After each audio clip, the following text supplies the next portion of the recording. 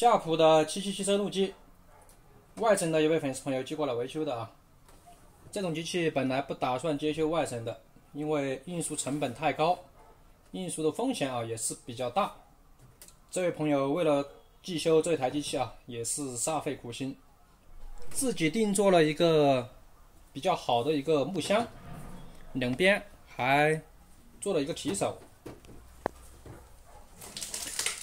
还好收到货以后完整无损，机器里面的内脏已经被我全部拆出来了。这是它的外壳，这就是机器的内脏部分。机芯是连体机芯，和夏普的575是一样的。主板上面是功放部分，收音机还没有清理。这是别人在这里加了一个灯，这里还有这个位置加了一个灯。调节收音机频率的时候这里转到哪里就亮到哪里，还是比较合理的。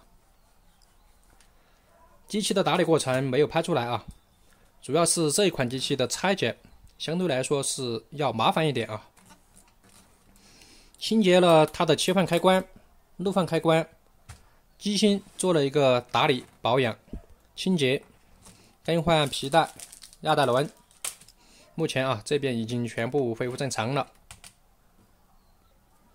开关部分也做了一个修复，之前搬上去它就会掉下来，主要是这一个部分的塑料已经断裂了。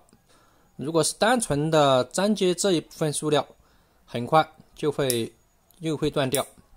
于是呢，就在这个塑料下面支撑了一段尼龙塑料这样就比较牢固了，搬动起来也是比较灵活。之前没有这种啪啪的响声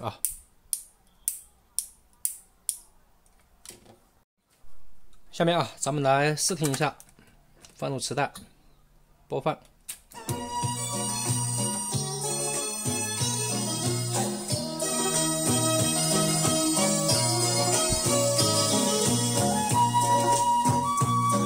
左边、右边没问题。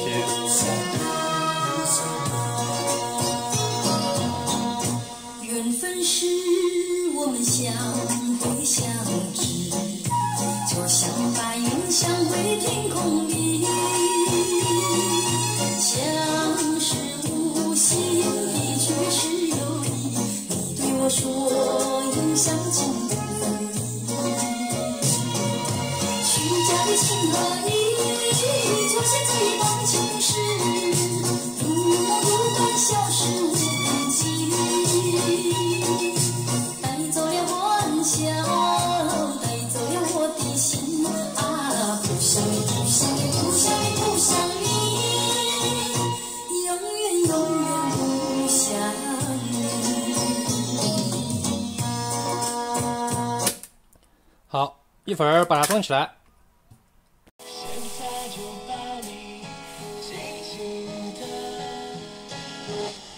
咱们国家降水用。世上该有的价值。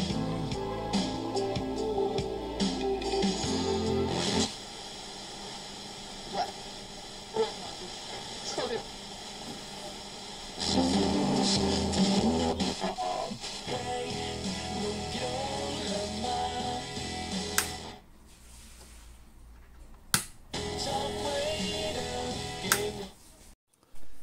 舱门部分重新加注了阻尼支，之前开舱一下就弹出来了，没有阻尼感。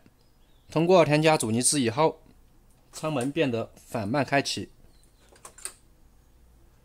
这才是最好的一个表现另外呢，替换了2只喇叭。这个喇叭虽然说是有声音，但是声音偏小，明显不对通过检查发现，它的纸盆已经变形，弹拨、音圈部分这边都已经变形了。之前更换了这一只，后来感觉2只喇叭有一点别扭，所以2只喇叭就一起更换。为了使这个声音更加的平衡，所以2只一起更换了。来测试一下播放的声音。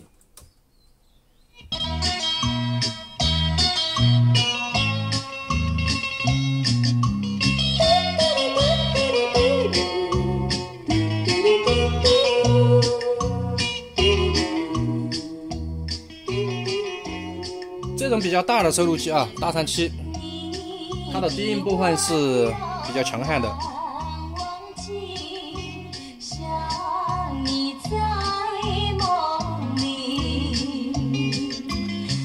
好了，本期视频呢就到这里。有喜欢我的朋友，记得点击关注、点赞。好，谢谢大家，我们下期见。